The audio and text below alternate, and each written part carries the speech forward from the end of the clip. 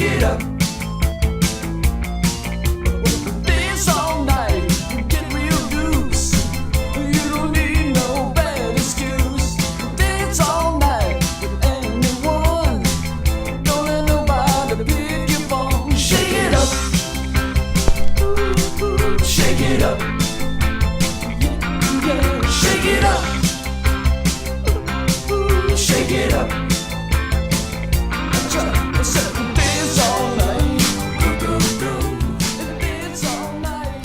Hello, vinyl lovers, and welcome to another episode of Groovescape. I'm Josh Greenberg, coming to you from my home studio in Ottawa, Canada. Now, it's been a little over a week since I posted my last volume of What's On My Turntable. This is a Groovescape mini-series where I talk about the 5 albums I've been listening to nonstop over the previous week. Now, as I've said before, my choices are typically triggered by any one of the following push factors: an album's anniversary, an artist's birthday, a new LP release, the recommendation of a friend or of a local shop owner, or because of something I've read in the music press, or because an artist or an album has been featured on one of my favorite music podcasts. This week's selection has a slightly different origin. And today we are going to shake it up. Now, this isn't an homage to the Cars, whose fantastic song by the same title I used in the intro to this episode just a few moments ago. Instead, it's a reference to one of the cool functions of the Discogs vinyl catalog app. Now, for those of you unfamiliar with Discogs, this is a website that allows you to manage your record collection and to buy and sell albums, either new or used, from other collectors all around the world. I've used it a handful of times to purchase albums from collectors or from retailers as far away as Melbourne, Australia, and as close as Toronto. Now, Discogs also has a mobile app, and if you shake your mobile device while the app is open, it will randomly select an album from your collection, should you be looking for a suggestion of something to listen to. One of the Facebook groups that I belong to is called Now Spinning. So if you want to join, it's #NowSpinning. Here, users profile the music that they're listening to. They provide information about the album. They describe it in whatever amount of detail they like. Now, one of the group members recently posted what she called a 9-album challenge, calling on others to randomly choose 9 records from your collection to profile, listen to, and share. You could either just blindly pull an album off of your shelf, as some have done, or like me, you can open up your Discogs app and shake it up.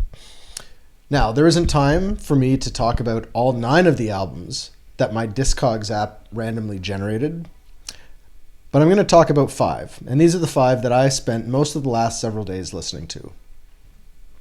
All right, number 1. Do you have an album that you absolutely love, but you just don't listen to nearly enough? Like, every time you put it on, you're totally blown away by how good it sounds and how good it makes you feel listening to it.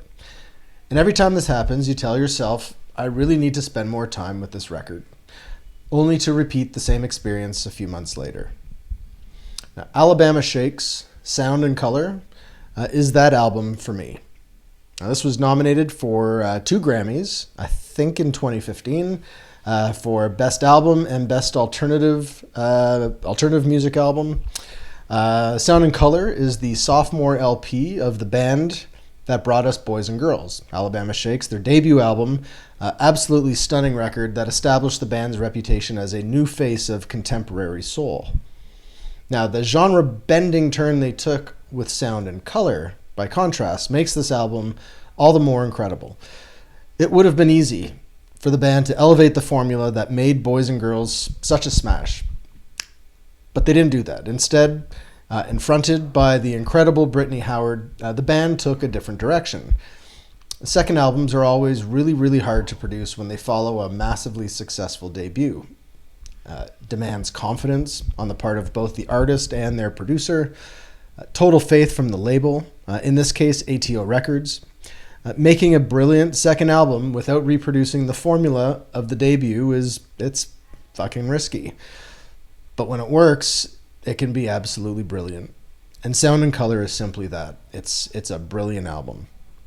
It's vibrant, it's spacious, it's sonically textured, features a perfectly registered low end, and Howard's soaring, ferocious vocals and passionate lyricism. She has an unmistakable voice. She's often compared to Aretha Franklin and Janis Joplin, and though she doesn't sound like either of them, she sings with the same emotional depth and force that both of those artists shared. She is truly an exquisite musician, and Alabama Shakes is an amazing band. So let's have a listen to my favorite track from Sound and Color. This song is called Gimme All Your Love.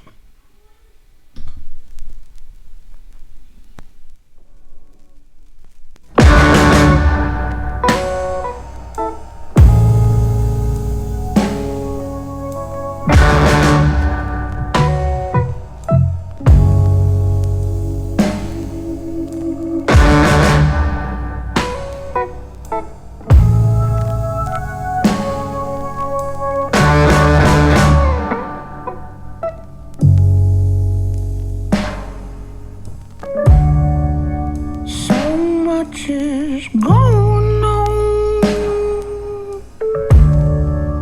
but you could always come around.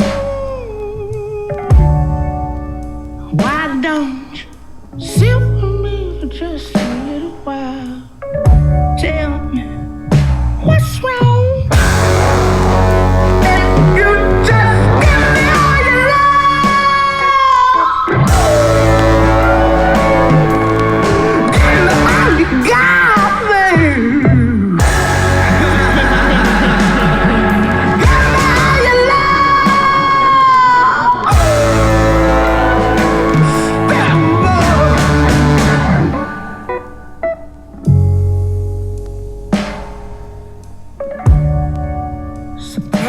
What you wanna do?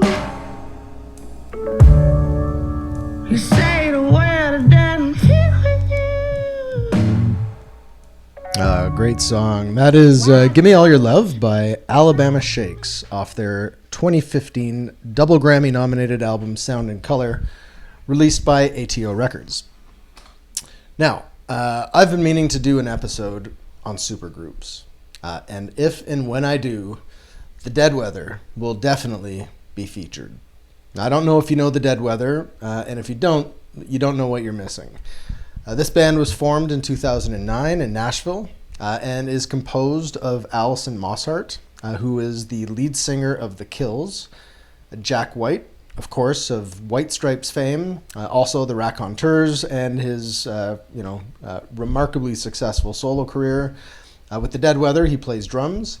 The amazing Dean Fertitta from Queens of the Stone Age, who plays guitar and synthesizer.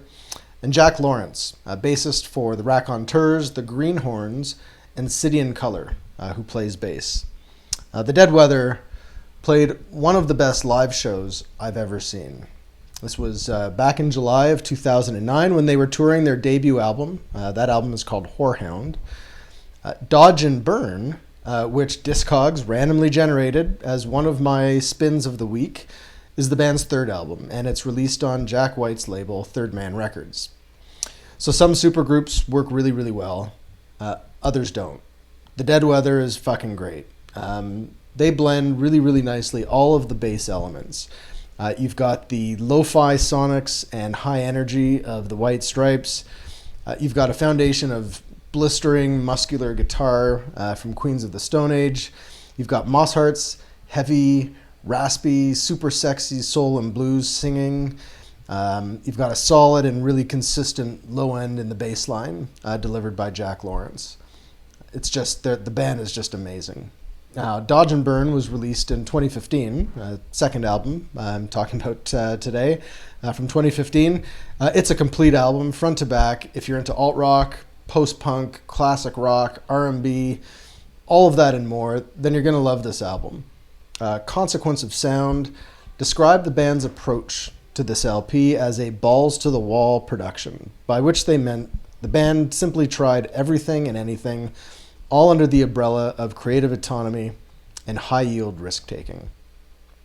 So buckle up, pour yourself a drink if that's something you'd like to do, turn the lights down, turn the volume up, and have a listen to this album's blistering opening track. It's called I Feel Love, This is The Dead Weather off of their 2015 album, Dodge and Burn.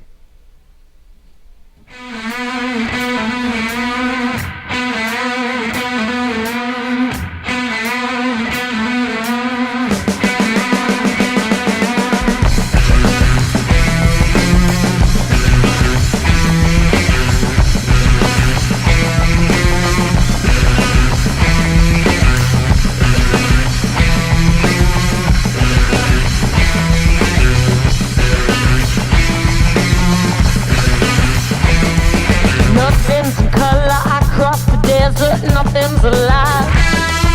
What does the blacktop know that I have not cracked with my mind? Nothing's in color, gray as a pill, nobody cries. Why do the street lamps shine out still? Nothing's light. I feel love every million miles. I feel love every once in a while. Feel love every million miles. I feel love every once in a while. Nothing's in color across the desert, nothing's alive. Does the blacktop know that I have not cracked with my mind? Nothing's in color, gray as a pill, deep in the eyes. Why do the street lamps shine out still when nothing's alive?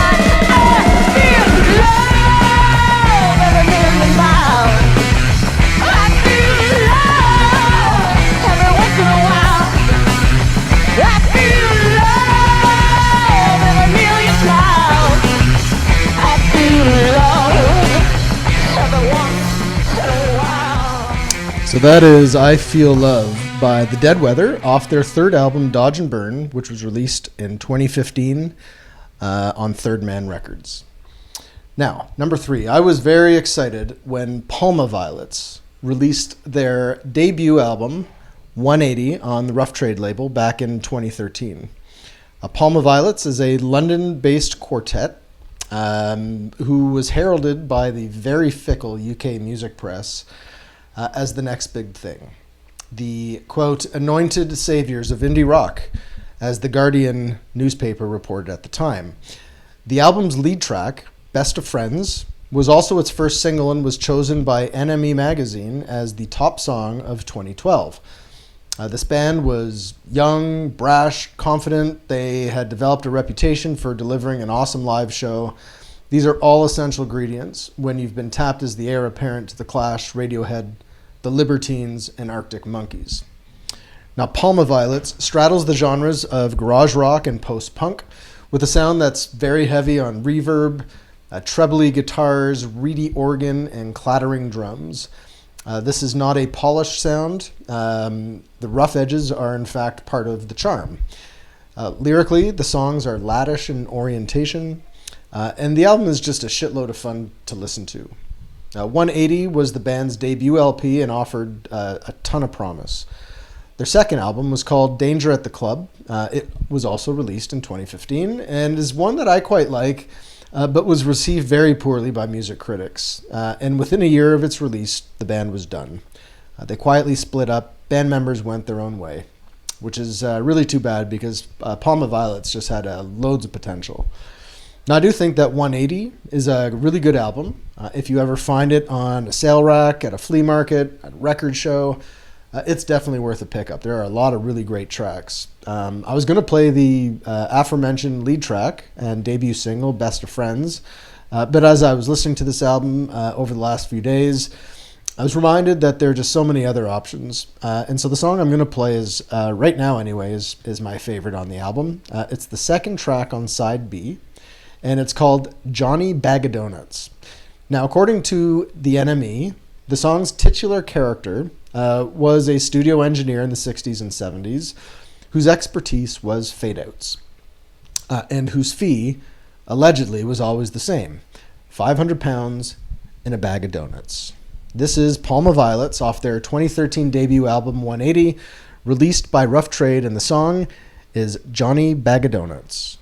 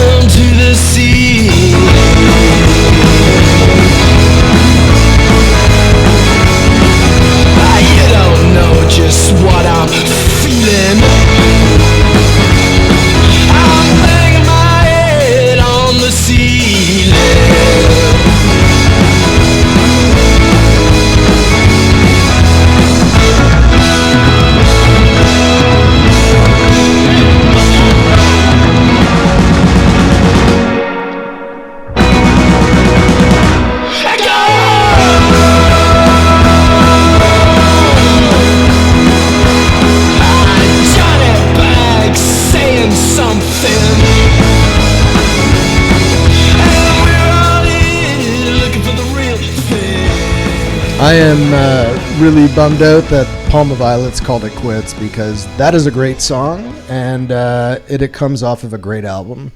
That was Johnny Bag of Donuts by Palma Violets off their debut LP 180, which was released by Rough Trade in 2013. All right, moving on to number 4. Now, this is not going to be a controversial statement. Morrissey is an asshole. But man, oh man, do I ever love the Smiths. Morrissey's lyrical poetry and deadpan delivery, combined with the incredible guitar playing of Johnny Marr, easily one of the best indie guitarists of all time, puts this inventive duo, in my view, on par with Lennon and McCartney, Jagger and Richards, Lennox and Stewart, Elton John and Bernie Taupin, as among the best songwriting duos of all time. Louder Than Bombs is a compilation record that was released in 1987 for the US market. And it contains a number of amazing Smith songs that were recorded between 1983 and 86, along with a handful of, in my view, otherwise forgettable tracks.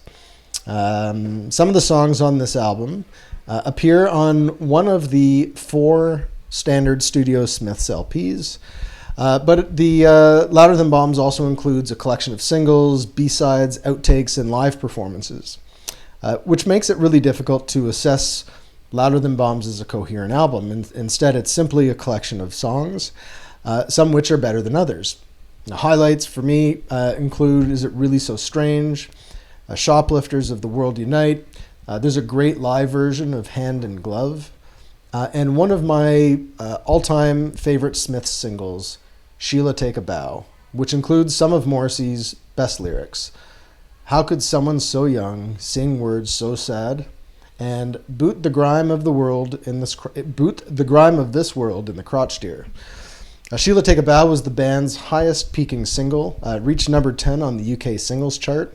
And it also has the distinction of having been the very last song the band ever performed live together. So this is Sheila Take a Bow from the Smiths' 1987 compilation, Louder Than Bombs.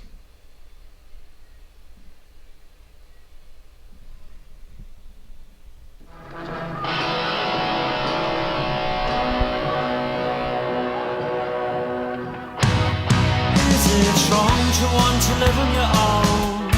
No, it's not wrong, but I must know. How can someone so young sing words so sad? Sheila, take a bow. Boot the grime of this world in the crotch, dear. And don't go home tonight. Come out and find the one that you love and who loves you. One that you love and who loves you.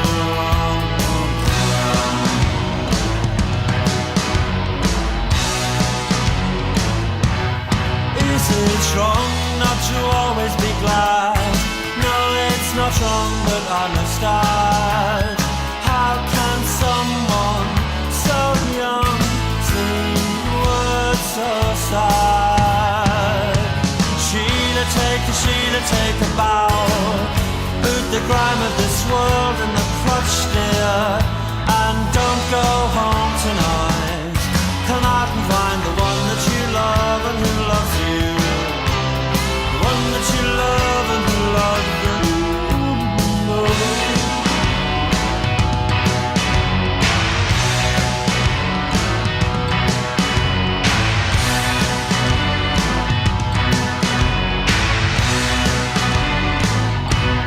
Take my hand and off we stride.